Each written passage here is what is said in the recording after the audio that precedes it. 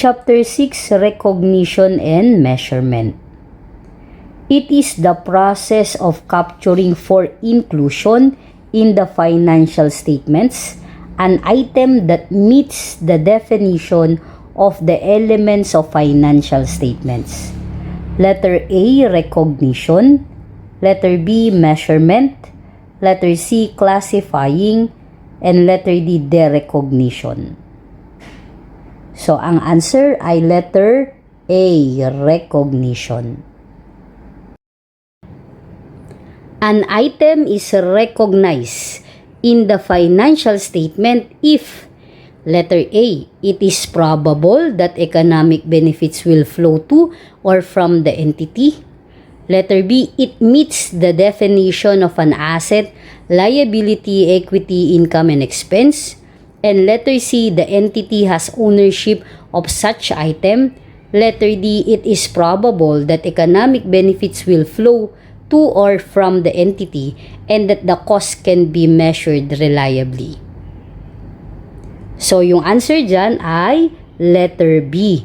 So, yung item, i-recognize natin sa financial statement kapag na-meet niya yung definition ng asset, liability, equity, income, and expense. Recognition of an element is appropriate when information results in letter A, relevance, letter B, faithful representation, letter C, both relevance and faithful representation, letter D, neither relevance nor faithful representation. So, yung answer ay letter C, both relevance and faithful representation. It is the removal of all or part of a recognized asset or liability from the statement of financial position. Letter A, write-off. Letter B, derecognition. Letter C, extinguishment. Letter D, retirement. The answer is letter B, derecognition.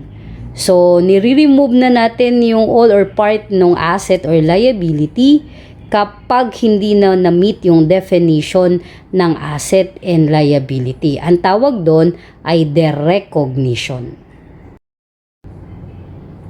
Derecognition normally occurs when letter A, an item no longer meets the definition of an asset or liability. Letter B, the entity loses control of the asset. Letter C, the entity no longer has a present obligation for the liability. And letter D, under all of these circumstances. So, ang answer ay letter D.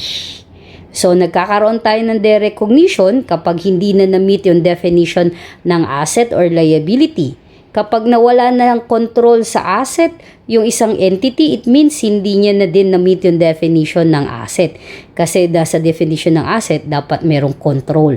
Ganon din yung letter C kapag wala ng present obligation, so ibig sabihin hindi na din na-meet yung definition ng liability. Kaya ang answer dyan ay letter D. Generally, revenue is recognized.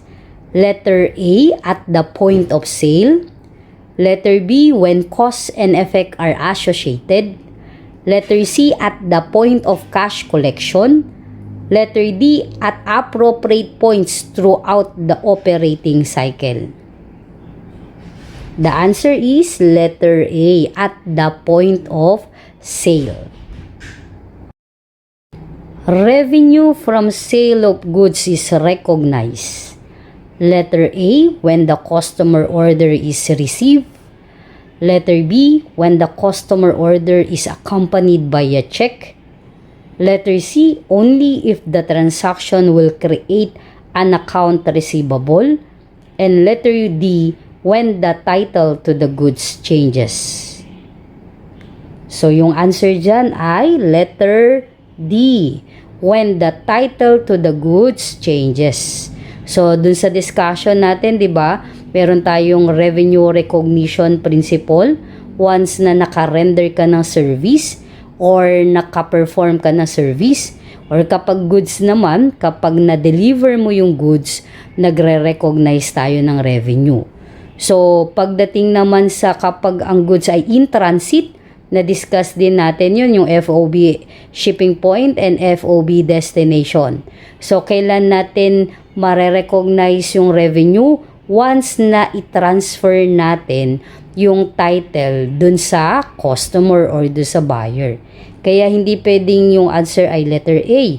When the customer order is received, 'di ba sabi natin kapag na-deliver natin yung goods, doon tayo nagre-recognize ng revenue. When the customer order is accompanied by a check, kung hindi pa naman natin siya na-deliver, so it means hindi pa natin i-record or i-recognize yung revenue. And yung letter C, hindi rin naman if the transaction will create an account receivable. Kung nagbayad or kung cash yung ibinayad ng customer, so kahit ba na-deliver na natin yung goods, hindi pa rin natin i-recognize as revenue. So, hindi, no? So, kaya ang answer dyan, when the title to the goods changes. Which statement conforms to the realization concept? Letter A, depreciation was assigned to product unit costs. Letter B, equipment was sold in exchange for a note receivable. Letter C, cash was collected on accounts receivable. Letter D, product unit costs were assigned to the cost of goods sold. So, yung answer dyan ay letter B. So, pag sinabi nating realization, ito din yung recognition ng revenue, no? So, yung letter A dyan, depreciation was assigned to product unit cost. Expense yan. Okay? Yung letter C naman, cash was collected on accounts receivable. Collection yan nung AR natin. So, hindi tayo dyan nagre-recognize ng revenue. Letter D, ganun din, product unit costs were assigned to the cost of goods sold. So, expense din yan. But yung letter B, ito, equipment was sold in exchange for a note receivable. So, kaya ang answer ay letter B. The term recognized is synonymous with the term letter A, recorded, letter B, realize, letter C, match, letter D, allocated. The answer is letter B, realized. Gains on assets unsold are identified by the term letter A, unrecorded, letter B, unrealized, letter C, unrecognized, letter D, unallocated. So, ang answer dyan ay letter B, unrealized. So, kapag yung asset ay meron tayong gain at hindi pa naman natin na ibebenta, so ang tawag natin doon ay unrealized gain. But once na naibenta na natin, doon na natin i-record yung gain doon sa asset. So ibig sabihin, na-realize na yung gain. So kaya ang answer dyan ay letter B, unrealized. Which means the process of converting non-cash resources into cash or claims to cash. Letter A, allocation. Letter B, collection. Letter C, recognition. Letter D, realization. The answer is letter D, realization. Which of the following is not a theoretical basis for the allocation of expense? Letter A, immediate recognition. Letter B, systematic and rational allocation. Letter C, cause and effect association. Letter D, profit maximization. The answer is letter D, profit maximization. So, tatlo yung basis natin, no, for allocation ng expense.